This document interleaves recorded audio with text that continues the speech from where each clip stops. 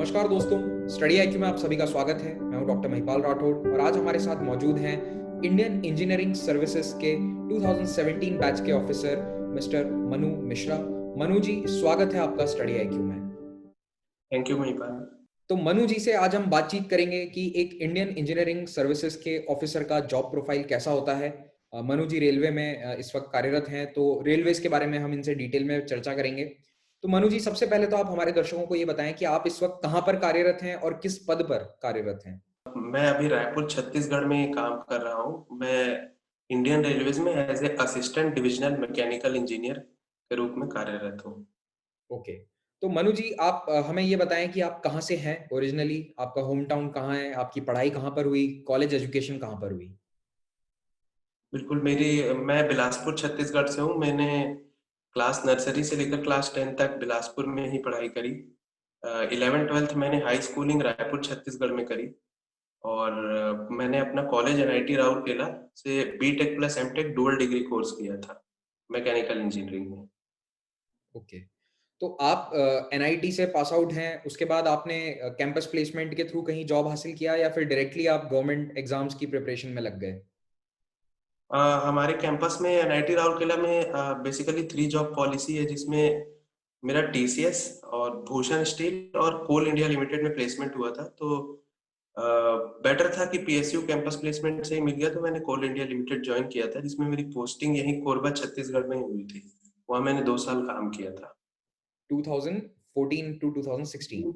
2015 to 2017। Okay. तो कोल India में कार्य करने के बाद फिर आपने क्या सिविल सर्विसेज या फिर इंजीनियरिंग सर्विसेज की तरफ रुख किया। हाँ बिल्कुल, मैंने अपने 4th ईयर में डिसाइड कर लिया था कि मैं इंजीनियरिंग सर्विसेज की तरफ रुख करूंगा, चाहे कोई जॉब जैसी भी रहे मेरे पास, मैं पढ़ता रहूंगा इंजीनियरिंग सर्विसेज के लिए। तो मैंने उसी टाइम टारगेट सेट कर लिया था। कोचिंग का मुझे कभी टाइम नहीं मिला कि मैं कोचिंग ले पाऊँ, क्योंकि लगातार जॉब रही कॉलेज के बाद। तो मैंने सेल्फ प्रिपरेशन ही किया था। ओके। तो आप कोरबा जैसी जगह पर रहकर सेल्फ प्रिपेयर कर रहे थे, आपने कहीं महानगर में जैसे दिल्ली जाकर कोचिंग करने की नहीं सोची। मैं सोचता था, बट मेरे पास इतना समय नहीं था कि मैं अपनी नौकरी छोड़कर वहां जाऊं, 6-7 महीने वहां डेडिकेशन देके कर पाऊं, क्योंकि मीन्स ये सब यूपीएससी के एग्जाम होते हैं कि आप मतलब नदी में आप जब पाँव रख रहे होते हैं, तो ऐसा लगता है मुझे कि एक पाँव से गहराई नापते हैं और एक पाँव आप सेफ्टी के लिए रखते हैं। वैसे ही था, मैं अपनी जॉब सेफ रखना चाहता था और तैयारी भी करना चाहता था। तो इसीलिए मैंने बेटर यही समझा कि मैं जॉब में रहते ही तैयारी करूं। ओके। तो जॉब में रहते हुए तैयारी करते समय टाइम मैनेजमेंट आपने कैसे किया? आप पढ़ाई कर पाए, आप आराम से पढ़ पाते थे, जॉब भी कर पाते थे? शुरू में तो मुझे थोड़ा डिफिकल्ट लगता था कि मैं आऊं 6 बजे, मीन्स मैं 9 बजे जाता हूँ सुबह और शाम के 6 बजे वापस आता हूँ। तो मेरे पास मैं कैसे पढ़ सकता हूँ 2-3-4 घंटे दिन के। बट जब मैंने पढ़ना शुरू किया तो मुझे वही उतना ही टाइम, 6:30 से 11 बजे तक का टाइम जो है, उसमें अगर मेरे 4 घंटे कंसिस्टेंटली रोज निकल जाते हैं, तो ये मुझे मेरे लिए काफी होता था। कंसिस्टेंट पढ़ाई रहती थी मेरी, कभी गैप नहीं रहता था। भले किसी दिन 2 घंटे पढ़ पाया, इट्स ओके, बट गैप नहीं आने देता था। उतना काफी लगता था मुझे, और लॉन्ग रन में भी वो सफिशिएंट भी था उतना। ओके। तो 2017 में आपने आईएएस की परीक्षा को पास किया और आपने रेलवेज ऑप्ट किया, राइट? रेलवेज मेरी फर्स्ट चॉइस थी। ओके। 23 रैंक था मेरा, तो मुझे अलॉट भी हो गई। और पोस्टिंग भी मुझे रैंक अच्छी होने के कारण अपना जोन मिल गया, जो मैं घर के पास ही अपने होम जोन में काम कर पा रहा हूँ। ओके। क्या आप आईईएस के थ्रू मिलने वाले जो गवर्नमेंट जॉब्स हैं उनके बारे में हमें बता सकते हैं ब्रीफली कि कितने डिपार्टमेंट्स हैं जहां पर आईईएस ऑफिसर्स को पोस्ट किया जाता है इस एग्जाम के थ्रू? जी बिल्कुल, आईईएस 4 स्ट्रीम्स के लिए होता है इंजीनियरिंग की: mechanical engineering, civil engineering, electrical engineering and electronics engineering के लिए। राइट। यही 4 स्ट्रीम में एग्जाम दे सकते हैं आप किसी भी इंजीनियरिंग के ग्रेजुएट हो। फॉर एग्जांपल आप कंप्यूटर साइंस के हो तो आप इन चारों में से कोई भी एग्जाम को चूज करके लिख सकते हैं। और इसमें हर डिपार्टमेंट में अलग अलग कुछ डिपार्टमेंट होते हैं कि आप जैसे फॉर एग्जांपल मैकेनिकल इंजीनियरिंग में आप सेलेक्ट होते हैं, तो 11 डिपार्टमेंट्स हैं अभी फिलहाल इंजीनियरिंग सर्विसेज में। Railway, CPWD, ordnance factories, naval armament services and ऐसे ही और 4-5 डिपार्टमेंट्स है जिसमें आप सेलेक्ट होते हैं। यूजुअली लोग रेलवे इंजीनियरिंग सर्विसेज को इसलिए प्रिफर करना चाहते हैं चॉइस में क्योंकि फैसिलिटीज बेटर है, पोस्टिंग्स भी आपकी काफी रहती हैं, मीन्स अच्छी जगह भी है, अलग जगहों पर भी होती है, जॉब प्रोफाइल काफी ज्यादा वास्ट है। आप 3 साल कहीं अलग जगह पे काम करते हैं, 3 साल कहीं अलग जगह पे। और ऑर्डिनेंस फैक्ट्री है जो लोग यूजुअली सेकंड चॉइस में ऑप्ट करते हैं, उसमें आप जो गन फैक्ट्रीज हैं और ये सब फैक्ट्रीज है जो आर्मामेंट बनाते हैं, उनमें आप as a AWM assistant works manager के रूप में आप पोस्टेड होते हैं। वहां आप it is like a factory, मतलब जहां पर प्रोड्यूस होता है, बट आपके ऊपर काफी रिस्पॉन्सिबिलिटीज भी रहती हैं, काफी स्टाफ आपके अंडर होता है। ऐसे ही Indian defence service of engineers रहता है जो यूजुअली लोग थर्ड चॉइस या सेकंड चॉइस में रखते हैं। तो उसमें भी आप डिफेंस सर्विसेज में पोस्ट होते हैं but as a civilian engineer. आप मिलिट्री रैंक्स से क्लोज नहीं होते, मतलब आपकी रैंक अलग चलती है और मिलिट्री वालों की अलग चलती है। तो you will be posted as a civilian engineer. Okay. CPWD एक डिपार्टमेंट है जिसमें आप असिस्टेंट इंजीनियर के रूप में पोस्ट होते हैं। अगर आप सिविल ब्रांच से हैं तो आपके लिए यूजुअली लोग फर्स्ट या सेकंड चॉइस डालते हैं सीपीडब्ल्यूडी, क्योंकि उनके लिए काफी बेटर रहता है। और यही बेसिकली डिपार्टमेंट्स हैं। ओके। तो जैसा आपने बताया कि रेलवेज अमूमन फर्स्ट चॉइस रहता है एस्पिरेंट्स का, तो आपने भी रेलवे चूज किया और आपको रेलवेज मिला। तो अब एग्जैक्टली आपकी जॉब प्रोफाइल क्या रहती है? आप क्या काम करते हैं रेलवेज में, और जहां आप अभी पोस्टेड है वहां आपकी किस तरह की डे टू डे लाइफ रहती है?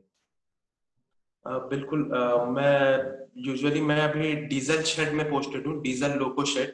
यहाँ पर जो ट्रेन के लोकोमोटिव्स होते हैं, वहाँ इनके डीजल लोकोमोटिव्स, इनका मेंटेनेंस होता है। अभी मैं सुबह 8:30 से 8:45 के बीच रोज ऑफिस जाता हूँ, और ऑफिस की ही गाड़ी मुझे लेने आती है और ड्रॉप भी करती है। और करीब 9 बजे मैं जाकर वहाँ मीटिंग लेता हूँ रोज, अपने स्टाफ की, जो सीनियर सेक्शन इंजीनियर्स हैं, जूनियर सेक्शन इंजीनियर्स की, आज की क्या प्लानिंग है, आज हम क्या करने वाले हैं। आधे घंटे की मीटिंग होती है। उसके बाद मैं अपने एक सीनियर डीएमई होते हैं जो मेरे सीनियर वहां पर बैठते हैं डीजल शेड में। और बाकी बेसिकली काम ये होता है कि फॉर एग्जांपल जूनियर इंजीनियर्स देखते हैं कि आपके पार्ट्स में क्या प्रॉब्लम है, वो मेंटेन करते हैं।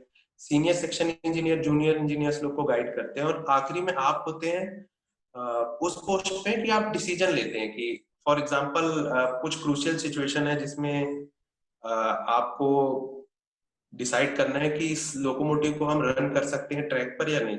तो मेन फाइनल डिसीजन आपके ऊपर आ जाता है। यही एक ऑफिसर और एक इंजीनियर में डिफरेंस रहता है कि आप डिसीजन मेकिंग में ज्यादा इन्वॉल्व रहते हैं रेलवेज में। Okay, okay. तो बेसिकली आप मेक श्योर करते हैं कि जहां आप पोस्टेड हैं वहां रेलवेज की जो भी रिस्पॉन्सिबिलिटी है इंजीनियरिंग साइड की, वो बिल्कुल, सब सुचारू रूप से चलती रहें। तो इसमें बिल्कुल। आपकी जॉब प्रोफाइल क्या वेरी होगी? यानी कि आप क्या हमेशा करियर में इसी फील्ड में रहेंगे, या फिर आपको कोई और जिम्मेदारियां भी दी जा सकती है अगर आपको कहीं और ट्रांसफर होती है तो? चूंकि एक ऑफिसर पोस्ट रेलवेज में सेंसिटिव मानी जाती है, तो हर 3 साल में कंपलसरी ट्रांसफर है। ओके। सो मेनली मैं कभी अभी इंजन्स को मेंटेन कर रहा हूँ, लोकोमोटिव्स को। बाद में मैं कहीं पर एज ए हेडक्वार्टर पोस्टेड हो सकता हूँ जहां पर मुझे फाइल्स पास करनी होती है।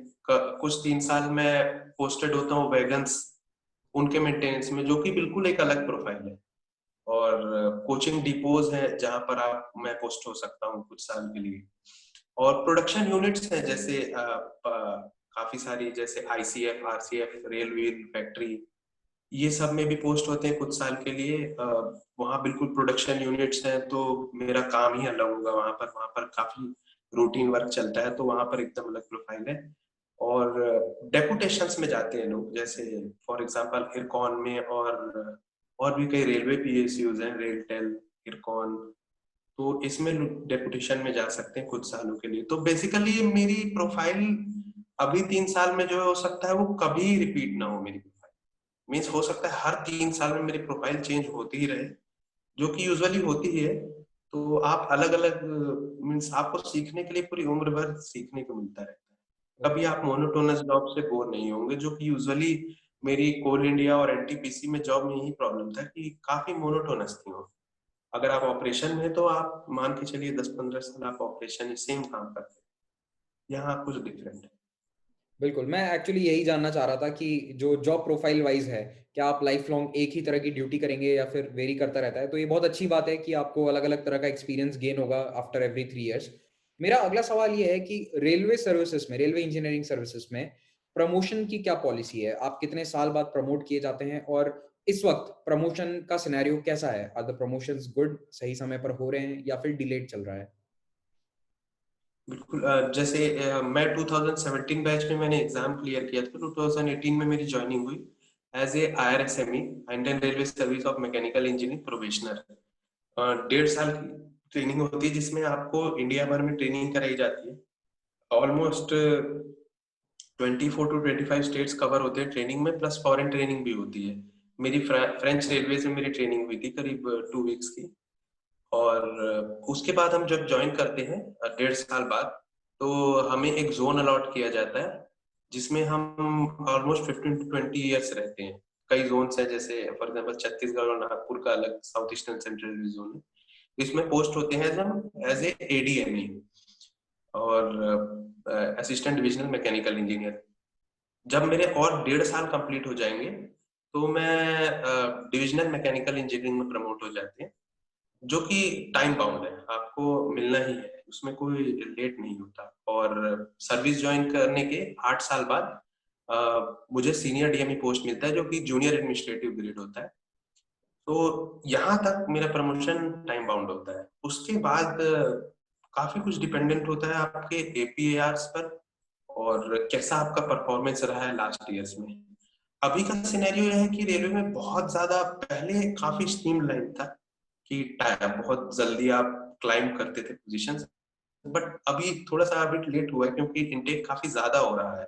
फॉर एग्जांपल हमारे, we are the largest batch of 54 IRSME probationers, मतलब कभी हिस्ट्री में इतने 54 प्रोबेशनर्स रिक्रूट नहीं हुए थे। तो इसके कारण प्रमोशंस थोड़े से लेट होंगे, बट इट इज ओके। पहले जितने अच्छे नहीं है, जितने प्रोस्पेक्ट्स हुआ करते थे रेलवे इंजीनियरिंग सर्विसेज के, उतने नहीं है, बट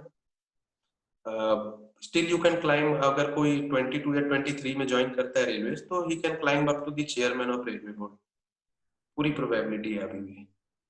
तो अगर मैं एक कंपैरिजन आपसे जानना चाहूँ क्योंकि आपने पीएसयू में भी काम किया है और अब आप रेलवे सर्विसेज में भी हैं, तो अगर हम दोनों को कंपेयर करें तो क्या प्रोज एंड कॉन्स हैं दोनों सर्विसेज के, working as an engineer in PSU and in IES?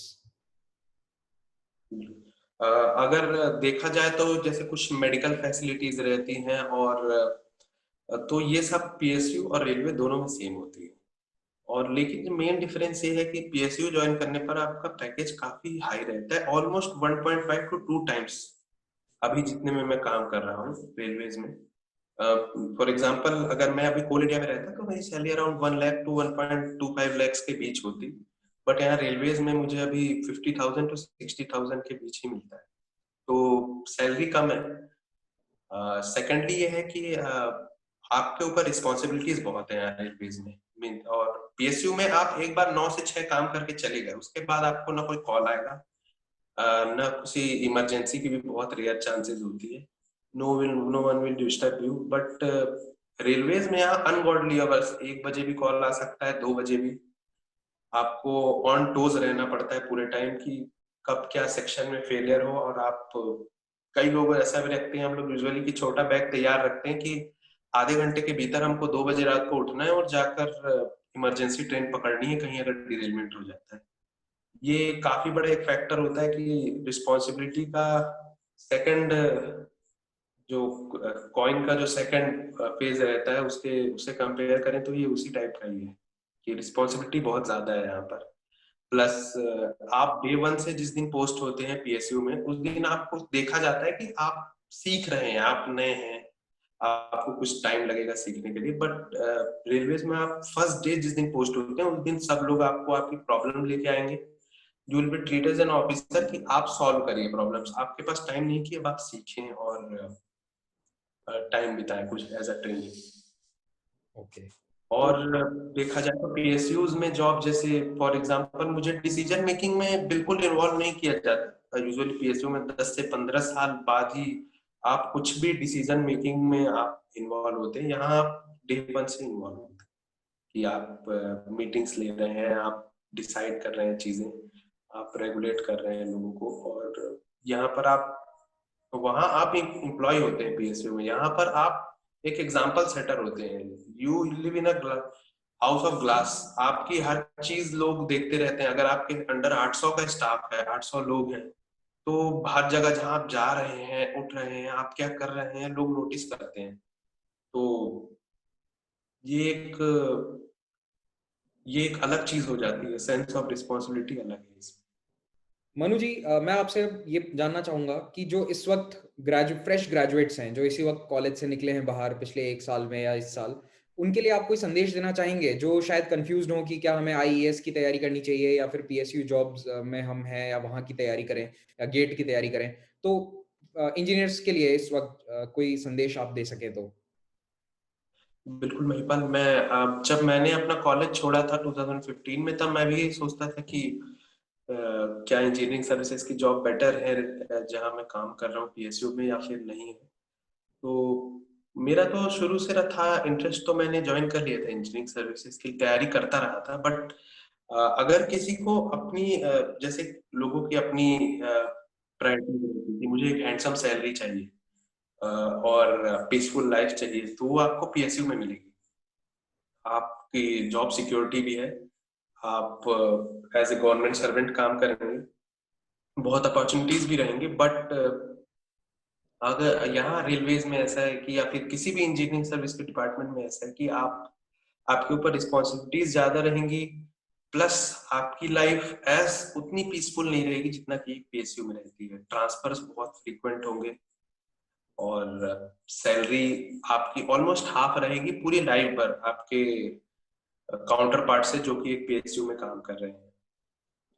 सो और ये तो एक मेन बेसिक आपके लिए होना चाहिए कि डिसाइड कर सकते हैं कि आपको क्या ज्वाइन करना चाहिए। दूसरा ये है कि इंजीनियरिंग सर्विसेज एक हम कंपेयर करते हैं सिविल सर्विसेज से, कि यूपीएससी का एग्जाम है IES IAS, but IAS is a बहुत अलग सर्विसेज है। वो आईएएस आईआरएस और आईपीएस ऑल इंडिया सर्विसेज में आती है। IAS is a different thing.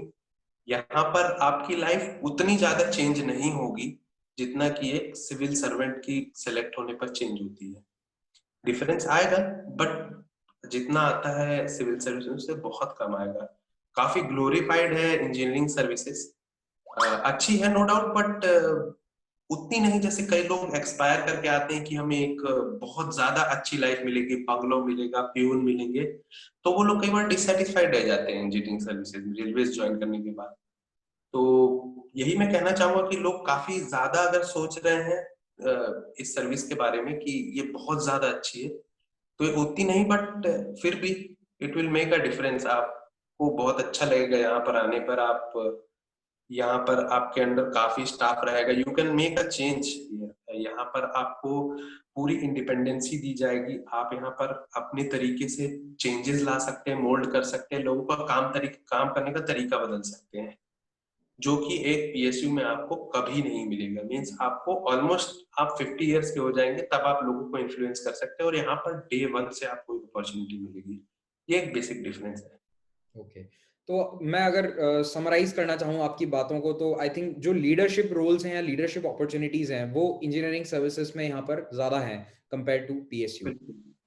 और मैं ये कहना चाहूंगा, जैसे फॉर एग्जांपल रेलवेज लोग चूज करने के पीछे मेन रीजन यही रहता है कि यहाँ पर आपको लीडरशिप करने के चांसेस बहुत ज्यादा मिलते हैं। यहाँ पर आप लीड फ्रॉम द फ्रंट जिसे कहते हैं, आप एक जगह के इंचार्ज रहते हैं पूरे। आपके अंडर 400 से 500 स्टाफ रहते हैं, तो ये अपॉर्चुनिटी किसी और डिपार्टमेंट में नहीं है। तो यूजुअली लोग कई बार इंजीनियरिंग सर्विसेज दोबारा राइट करते हैं अगर उनका दूसरा डिपार्टमेंट मिल जाता है तो, रेलवेज के लिए। ओके। अभी करंटली रेलवेज आईआरएमएस एक चल रहा है, ताकि सारी सर्विसेज यूनिफाई करके अभी दूसरे एक एग्जाम से लिया जाएगा। तो इसका तो अभी तक कुछ क्लियर नहीं हो पाया कि ये लोग कहाँ से इनटेक करेंगे, इंजीनियरिंग सर्विसेज या सिविल सर्विसेज से।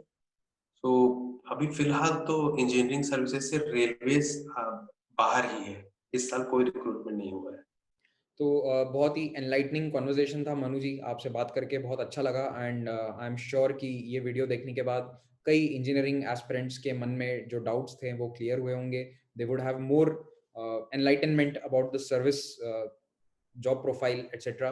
क्योंकि होता ये है कि कई एस्पिरेंट्स जो सिलेक्टेड लोगों के टच में हैं उन्हें ये सब जानकारियां मिल जाती हैं, लेकिन देश के ऐसे कई युवा हैं जिनके पास इस तरह की मेंटोरशिप या फिर नेटवर्क्स अवेलेबल नहीं है। तो हमारा लक्ष्य यही है कि उन युवाओं तक आपके माध्यम से, आप जैसे ऑफिसर्स के माध्यम से हम ये जानकारियां पहुंचाएं, ताकि वो इन्फॉर्म्ड चॉइसेस ले सकें अपने एग्जाम्स के दौरान, किन एग्जाम्स के लिए अपीयर होना है, क्या जॉब सिलेक्ट करनी है। तो आई होप ये कॉन्वर्जेशन आगे भी हम कभी कंटिन्यू करेंगे and thank you very much for taking out time from your busy schedule and thank you once again for coming on the platform of study IQ।